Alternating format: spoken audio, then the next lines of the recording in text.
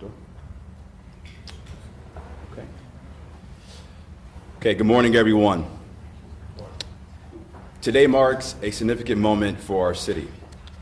After more than a decade of hard work, the City of Cleveland and the United States Department of Justice have filed a joint motion to conclude the consent decree and return full accountability to the people of Cleveland. In 2015, Cleveland entered into this agreement during one of the most painful chapters in our city's history. Trust was broken. Our systems weren't where they needed to be, and our community demanded better. And for the last 10 years, that's exactly what Cleveland has done. Our residents showed up at community meetings and listening sessions through public comment. They shared hard truths. They held us accountable, and they helped shape a better path forward. So this moment belongs to them. Now let's be clear about what we've accomplished. We didn't just check boxes. We didn't just write policies. We changed the culture of policing in Cleveland. We invested in training. We strengthened supervision. We built real systems of accountability that are now a part of how this division operates every single day. And the results are real. A 97% constitutional use of force rate in level 1 and 2 incidences. A 100% thorough investigations in serious use of force cases. A 55% reduction in force-related complaints. A less than 2% arrest rates in crisis intervention situations. And less than 0.5% use of force in those same moments. That's not temporary progress. That's sustained change. Cleveland today is not the Cleveland of 2015, and the consent decree was never meant to be permanent. It was meant to help us build the systems to get this moment right. Today, those systems are in place. Accountability in Cleveland is now local. It is embedded, and it is strong. We have one of the most effective oversight structures in the country, and that's what modern, accountable policing looks like. Now, I want to be clear about something. The end of federal oversight does not mean the work ends. It means we now have the capacity and the responsibility to lead this work ourselves. Over the life of this decree, Cleveland invested nearly $40 million to build this strong foundation. And now we have the opportunity to reinvest those resources directly into our community, into better training, modern technology, and community-based public safety strategies. Now, I also understand that this moment may bring some mixed emotions. For some, it represents real progress. For others, it may raise some concerns. Both are real, and both are very valid. And to the residents of this great city, I hear you, and I feel you. But I can say this with my utmost confidence. Cleveland is ready for this moment. So I want to thank the hard-working men of the Cleveland Division Police for their admirable service over the last 10 years to get us to this moment and the work they do every single day to keep our streets safe and secure. I want to thank Dr. Leah Anderson and our amazing police accountability team who has made this moment possible. I want to thank Chief Todd, who has led the fight over the last several years to make sure we modernize our police department for the 21st century, and also want to thank Director Drummond as well for his leadership to getting us to this moment as well too. But lastly, I want to thank the people of Cleveland, because none of this happens without you. Your voice, your persistence, and your belief that we could do better. This milestone belongs to all of us. And as we move forward, you have my commitment as your mayor that we will lead with transparency, we will lead with accountability, and we will continue to build a safer, more just Cleveland for every single resident. Because that's what this moment is about, and that's what comes next. Now I'll have the council president also share a few words. Council President. Good morning, and thank you, Mayor, and thank you all of the members of the administration that are here today. And I also want to acknowledge all of my colleagues, but specifically two of my colleagues are here today, the Chair of the Safety Committee, Chairman Michael Polisic, the Dean of Council, as well as Councilman Brian Casey, who we all know has been very active in watching the actions of the consent decree. I come here for two reasons. In 2015, Cleveland was going through one of its most tumultuous times in our history. And as the former executive director of the Community Relations Board, I was able to sit at the table and negotiate as part of the team with former Mayor Jackson, with the Department of Justice, and my friends Steve Dettelbach and Carol Rendon and Vanita Gupta from the Department of Justice to advocate for a consent decree in the city of Cleveland. That day was necessary because we all understood the gravity of the moment. At that time, we have experienced, and personally, me personally, had to interact with many of those families that lost children and loved ones as a result of police-involved interaction. So it was important to me that we got it right. So here we are, almost 11 years later, and I'm proud to say, as council president for the city of Cleveland, I have filed an affidavit along with the city to request that we get out of the consent decree because we believe this community has put the guardrails in place with the support between the police and the community to effectively move forward to make Cleveland a safer city because of the partnership between the police and the community. We invested in a safer city. Many hands and people helped this happen. And I'd like to thank them because once again, throughout the years, we watched a lot of transition, but Cleveland as a city, even as this mayor and the former mayor made a transition, stayed committed to the consent decree. As the mayor said, we've had major shifts in the trajectory of the city of Cleveland that need to happen upstream and not downstream.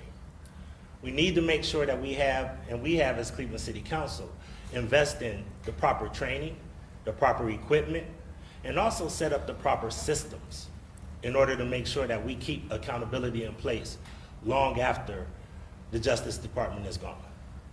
I believe we're still going to partner with the Justice Department even afterwards, just like Baltimore and New Orleans, in order to make sure that the changes that we put in place will continue.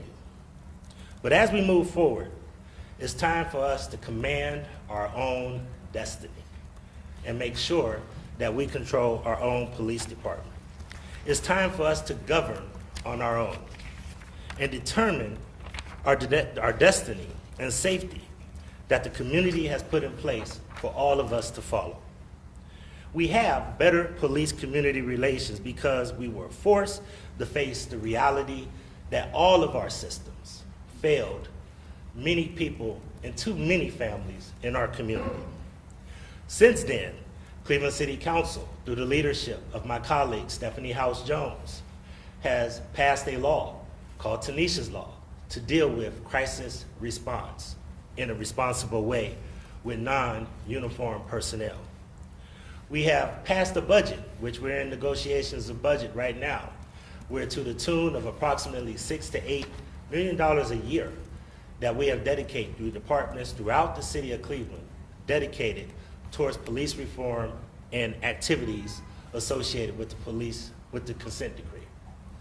The residents of the city of Cleveland passed issue 24, which is now section 115, and the police commission is now in place.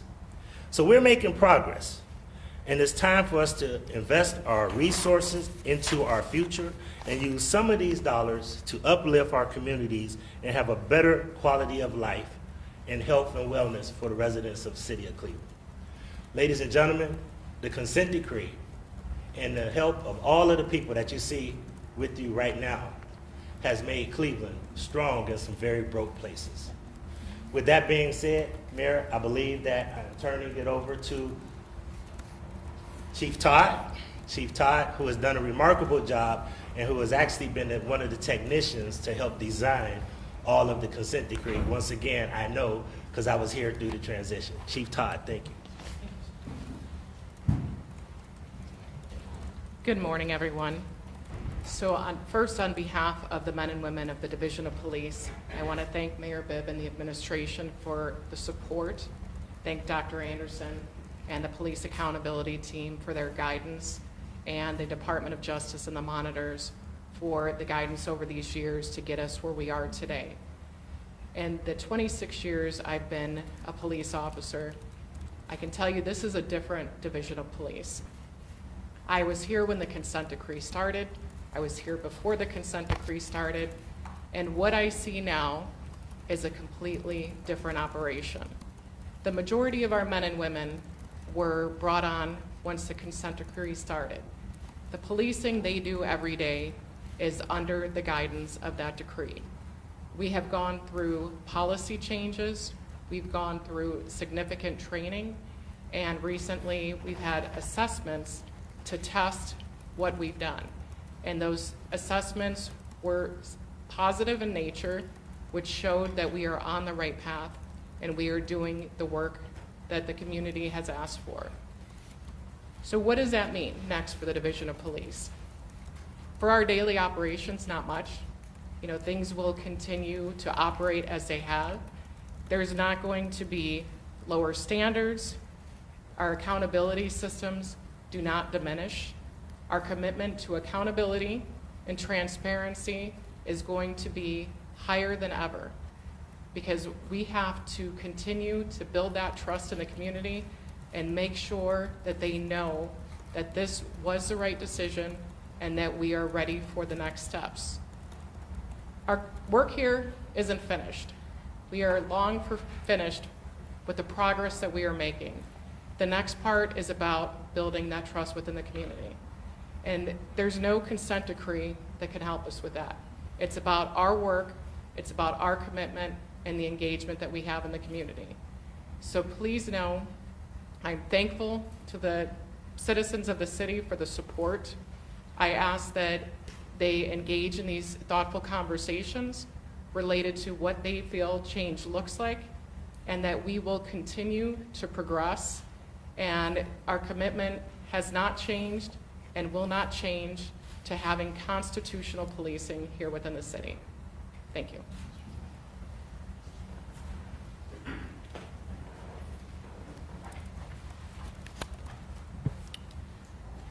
Cleveland residents have long demanded that policing be fair and accountable. I can speak confidently that constitutional policing is embedded in the city's broader police reform framework. Its purpose is to ensure that reform efforts are sustained, evaluated, and responsive to the people most affected by policing. Civilian oversight does not just exist in name, but in practice.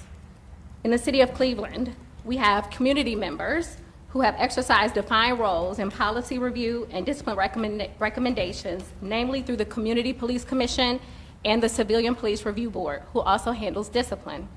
Cleveland's civilian oversight system was created to ensure that residents have a meaningful role in police accountability, transparency, and reform. It is designed to give the community an independent voice in how policing policies are shaped, reviewed, and evaluated. That will continue.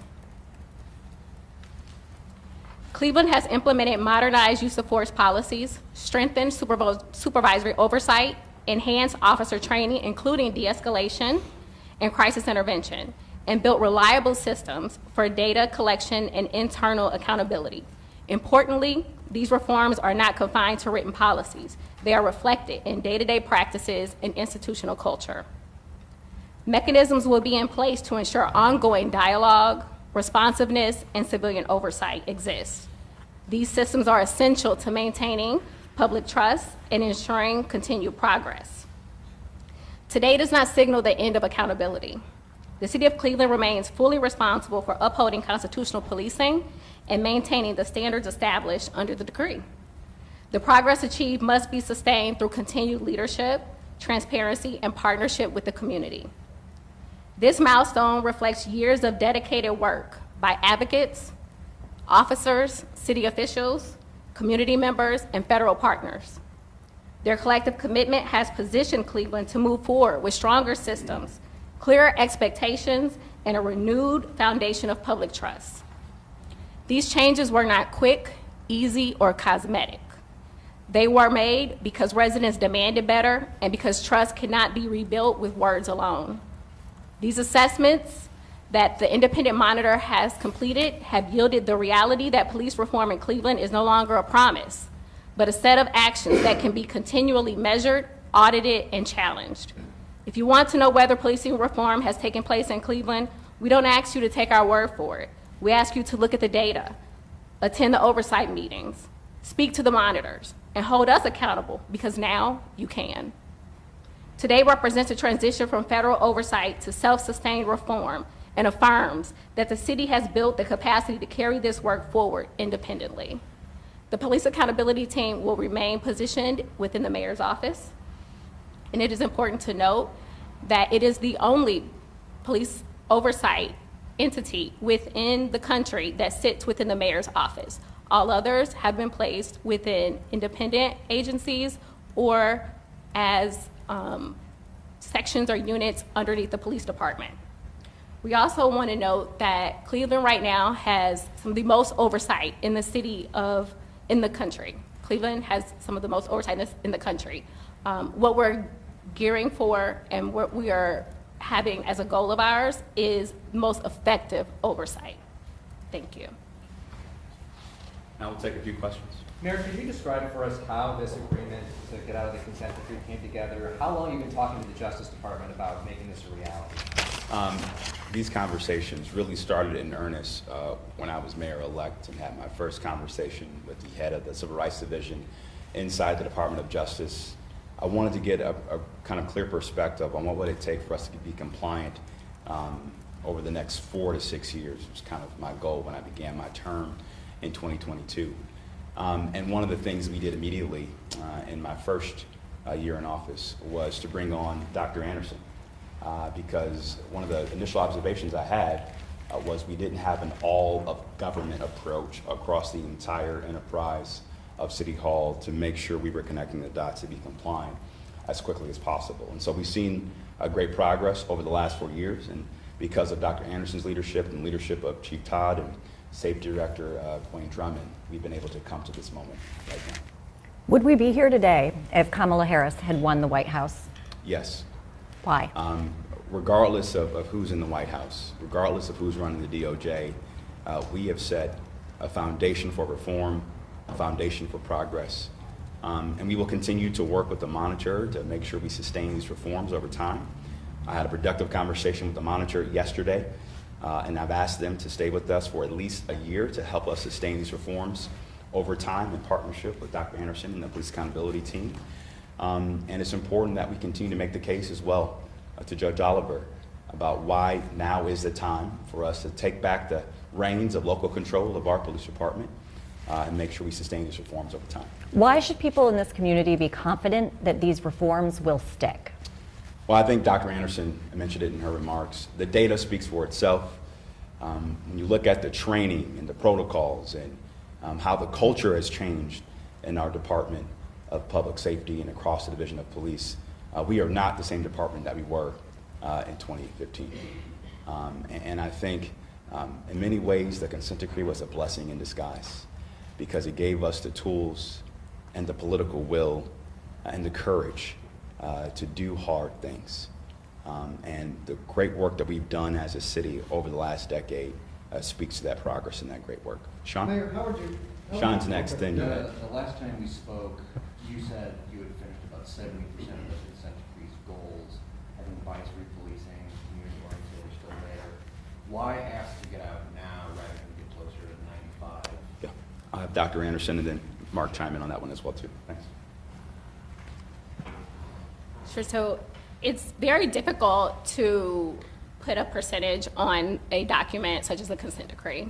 And when we talk about bias-free policing and we talk about community-oriented policing, community problem-oriented policing, we understand that we are still working with the Department of Justice through technical assistance with these areas. So we have just received technical assistance to continue on with community and problem-oriented policing through the DOJ COPS office.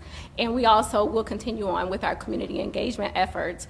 We have just worked with Kent State to apply for a grant, an internal grant to the university to help us understand more about the community, help us understand more about community responsiveness. And to your question, right, a consent decree, the point of it is constitutional policing. Our assessments, crisis intervention, use of force, search and seizure, training, have all demonstrated that constitutional policing is in place. What's not in place? Bias-free policing. Yes, we understand that that's not in place because why? It's already embedded and institutionalized in the training, right? So it's not something that we're looking to situate within the city. It already exists. The other thing that we're looking for is community engagement. And one of the things that I can say about community engagement is that consent decrees, the consent decree has been here for 10 years, right? The community does not feel the change. We recognize that. So we need a different vehicle. If without a monitor, who would be, like, are you committed to having an independent body to verify that you're still hitting the reforms that you hit and look at those? Let me hit on that point. One, I'm looking forward to working with the council president and city council to identify ways that we can sustain and potentially codify the police accountability office long term as another vehicle to sustain these reforms over time. And then when you look at all the independent agencies that exist currently right now, as Dr. Anderson mentioned in her comments, we want to make sure we have the most effective oversight structure in the country. And you compare the systems we have already across the city of Cleveland, we have the most of any city in the country as well, too. So what changes then would you want to see to the rest of that structure? Police Review Board, Police Commission, are those changes coming next? We just want to continue to get feedback from the community on what's working and what's not working, and under Dr. Anderson's leadership, we will address those issues as they come. What about the force investigation team? Sorry? Force investigation? Is it? That does not change. That does not change. Yeah. Mayor, another question about the Cleveland Police Commission. You know, certainly the police department in many ways polices itself, but you have that police commission. How would you characterize that with all the infighting, the turnover, the red tape there? Well, with any brand new commission that was just started nearly 4 years ago, it's going to be a work in progress. But I will say, the current crop of commissioners and the new executive director, I have a lot of confidence, and I'm optimistic that they will continue to get up to speed and work with us to have pragmatic, common sense policies to continue to hold our police department accountable. Mayor, the consent decree required significant investment, technology, training. Have you tallied what that's cost thus far related to the consent decree? And what are you doing to ensure that those investments continue? Yeah, so we spent for training and technology over the last decade roughly $40 million. And so as we move forward on a go-forward basis, any savings that we may achieve from the consent decree, we'll talk to my command staff and public safety leadership with city council support on how to make sure we continue those investments. In no way are we declaring mission accomplished. But what we are saying today is that we've achieved a significant milestone in the progress that we've made under the consent decree, and now is the time for the city of Cleveland to take back the reins for local control. All right, we got time for one more question. How are you measuring the effectiveness of police accountability systems outside of the consent decree? We're talking about it being the most powerful and effective system in the country. How are you measuring that? Great. Dr. Anderson, you want to take that? So the measure is really going to be the community, right? So we understand that these systems already exist. So it's not that we are saying that we are the most powerful in terms of oversight. What we understand is that we have the most civilian oversight than any other city in the country. And we are proud of that. That is something that we plan to continue to move forward. And we do not understand, or or do not recommend, that we move forward in a way that looks at it as better or worse. It is something that has to be functioning, and we understand that because it's already institutionalized within our policies, our practices, our training, and within the civilian oversight entities that already exist. Can I just quickly also ask, we're talking like this is lifted now. Will it ultimately be up to Judge Oliver, and is that going to happen in the next status hearing? Mark, you want to talk about the legal process and how we move forward? Yes, thank you. So together with the United States Department of Justice, we've asked Judge Oliver to dismiss and terminate the consent decree so that we can move on to local leadership. But it is up to the judge at this time, but there is consensus that we've achieved the goals. So we are optimistic that we will get a good result. Will that be in the status hearing? As to when he might make The time frame will be up to the judge. He's very thoughtful. I don't think it'll be tomorrow, but we're confident that he will look at the tremendous progress that the city has achieved and have confidence in our ability to lead reform going forward. Thanks, everybody. Thanks. Appreciate it.